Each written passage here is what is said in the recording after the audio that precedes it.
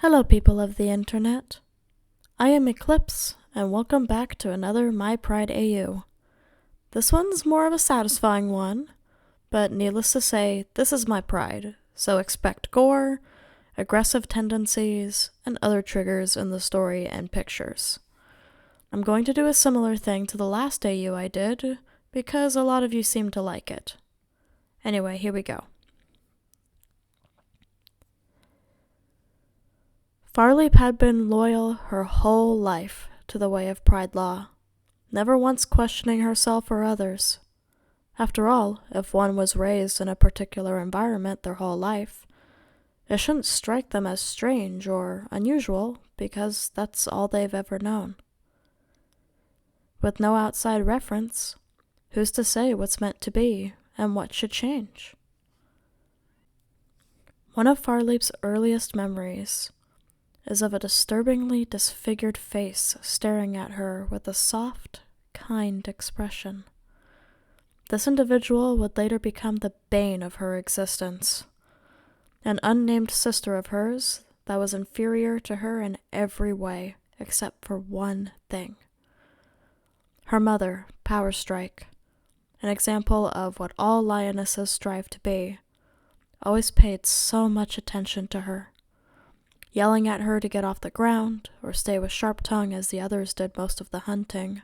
Sharp Tongue paid more attention to her too, but it was even worse because it seemed her grandmother took pity on her older sister despite her contributing nothing to the hunts or future of the pride. Fire was just as bad, if not worse. He was only kind to the injured one, and bratty with everyone else except for Power Strike and Quickmane out of fear of punishment. Nothing might have been physically inferior, but Fire was mentally inferior in so many ways. However, it wasn't all bad. Farleap had her own sibling too. One of the only ones who didn't pay some kind of attention to the pathetic ones, and one who was so mentally and physically advanced like herself. Farleap would be able to prove herself at just a little under a year old. Finally, all the eyes were on her. She'd show them not to waste their eyes on such ugly and idiotic beings. Sharp Tongue's compliments, Power Strike's honorable name suggestion, Quickmane's rare smile, and Water Hunter's following gaze. It was all her. She was so much better, didn't they see now? She was so useful and perfect that they would not need let their eyes stray anywhere else. She would keep every hair of fur in place, every angle of posture perfect, as long as their eyes never strayed. Except they did. Her sister, Silent Stalk, got her name the same day, but despite the joyous occasion, after it was all over, Power Strike couldn't stop looking at the pathetic ones. Why? Why? Why was she even acknowledging their existence when their superiors were right there? Did she really not do good enough on her assessment to earn the concerned and upset, yet somehow soft gaze of her mother that she was always rewarding the pathetic ones with for doing nothing? She was right there, ready to hunt, fight, protect, and breed new life into the pride.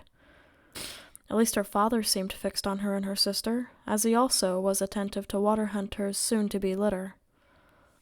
Farleap left that day, verbally gloating, but internally sulking. Then came the day she dreaded.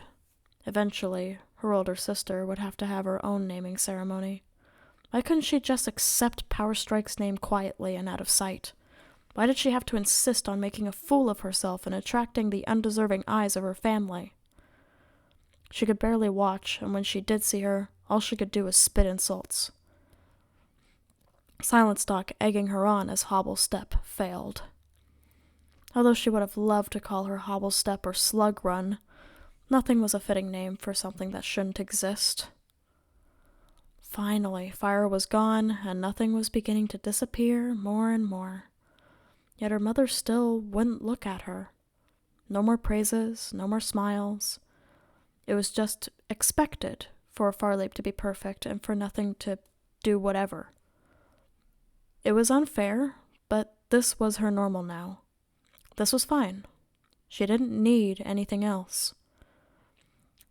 She tried to convince herself. This was normal. This was her world, her family, her pride, with no outside influence in sight. But eventually, that outside influence came. A gorgeous, daring, lean lioness with a grayish-brown pelt and strange accessories adorning her ear. What on Kansu's earth was such a rugged gem doing with nothing? Why, with a little bit of polishing, that rugged gem could be just like her. Perfect in every way, a glistening diamond of purity. Maybe the stranger could even break the spell the non-existent lioness had on everyone else. Flaming eyes. Her pelt was even more beautiful under the moonlight's pale gleam. Almost a blue shade that reminded her of the most angelic valleys of water. She would talk to her once she rose in the morn. She had to. When the next morning finally came, Farleap approached the imperfectly perfect stranger and offered her the highest compliment she could, to be able to train with her in silent stock. The most elite, save for Power Strike. This would ensure her mother's harsh judgment wouldn't hurt her chances of getting into the Pride. From there, nothing would fade forever, and maybe, finally, her mother would look her in the eyes, with the vindication of trust and approval that she so desperately needed. When the rugged gem accepted her offer, it was all but fate. Yes, this was how things should be. During Long Run's ceremony, Farleap looked around and couldn't see nothing. The spell was working already. Everything was looking up. She felt so light. And then it was like the weight of all three goddesses were laying on her shoulders. She had always regarded nothing as a burden, but never imagined she would actually put the Pride in danger. Her sense of control flew out of her reach as it began raining when it shouldn't, and the next thing she knew, her mother's eyes were on nothing yet again. You could have been my proudest achievement. Those words hit her like a thunderbolt, eating away at her like termites in bark. She drowned out the other words her mother said, but now she finally understood why. Nothing, even though she was a disappointment in every way. She originally had the potential to be Power Strike's greatest pride in lion form. That's why Farleap never attracted her gaze. Even though she lived in a world where she bested nothing, her mother was living in a world where nothing far exceeded both Farleap and her sister. So by that logic, she would never be the best. Why was she doing this? Why was she still here? She was snapped out of her thoughts by Power Strike's command to return to the sister step, and just like that, she felt her body and mind go numb. Farleap wasn't there anymore. She was off in some faraway place where her older sister never existed, and her mother loved her and her sister. She only came out of it when Long Run entered her view, catching up to them. She looked just about as upset as Farleap felt inside. And so, when nothing took too long to return, it was Farleap that slept next to Long Run that night. And the next night. And the next. Her father was dead. A large know-it-all beast of a lion took his place, but nothing was gone. Farleap couldn't sleep at all for weeks, thinking her hate for the lioness had granted her freedom of her in exchange for her father's life. The only one of her family that ever looked her in the eyes with the care of family. Her sister Silent Stalk was secretly intimidated by her, and her mother hated her. She was convinced now. It hit her in a flash as she was hunting with Long Run. What was this all for? Why is this happening? Why is she still here when she could be literally anywhere else? She needed to ask Long Run where she came from, but she couldn't just out and ask her like she did about training with her. All her confidence was gone. She wouldn't even look at anyone other than Long Run. She held the key to getting her out of here, but she was so scared. This was the life she'd always known. If it went away, who would she be? All of her praise and all of the respect she had earned in the Pride, what would it get her if she left? She levied her options over months of internal debate, slowly edging closer to the exit as she did. The more she thought about it, the more enraged she became. She thought of her sister as a support, but when she confided in her about how much she hated Proudmane, Silent Stock quickly changed the subject, and when Farleap persisted, her sister walked away and wouldn't look at her. Now that Power Strike's precious little pride symbol was gone, she was refusing to look at anyone. Lost in her own world as Water Hunter tried in vain to bring her back to life. If she loved her so much, then why did she treat her lower than dirt? Why was Farleap even on her mother's side when it came to nothing? Nothing's accident wasn't her own doing. If it had been Farleap instead, would she have looked at her so? No, never. She was going to be forever a trophy instead of a daughter. Farleap couldn't take it. She couldn't take it. She ran to the watering hole as her emotions broke the threshold of her appearance. Fire ants in her eyes, sun's great fires in her chest. She felt diseased. She couldn't breathe. And then it was raining. But the rain didn't come from the sky. Then why was her face wet? Her memories sprung into her eyes in shattered fragments as her vision split like light refracted. Her world was falling apart. Nothing made sense anymore. Her first memory was of nothing staring at her, giving her attention, no, giving her love. From when she was just a cub, nothing loved her. And she acted just like her pathetic mother and cursed father. She wasn't a hero or anything to be proud of. She was born of necessity, not love. Her purpose was to be strong and follow the lead for everyone above and punish those below.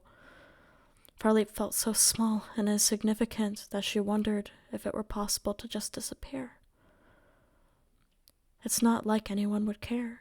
They'd notice, but they wouldn't care. She jumped as she heard someone approach behind her. It was Long Run, the only genuine face in the whole damn place. Long Run immediately recognized the anguished look on Farleap's face, the tears running down the fur on her cheeks. This was the first time she had ever cried. Farleap had never cried before, as it was not becoming of a hunt's chief. But now she couldn't stop. Her confidence, her status, her sister, and now her perfection, all taken away. Long Run rushed forward to comfort her as Farleap kept inexplicably heaving, her face getting wetter. "Nothing's gone," she rasped, just barely making herself audible. Long Run shook her head.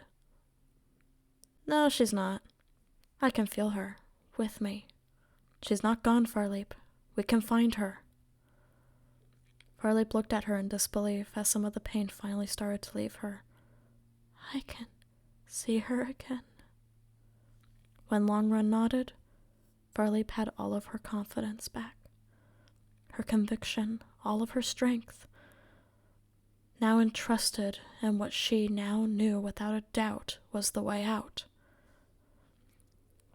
They both returned that night, and Farleap's rage started to return as her heart healed.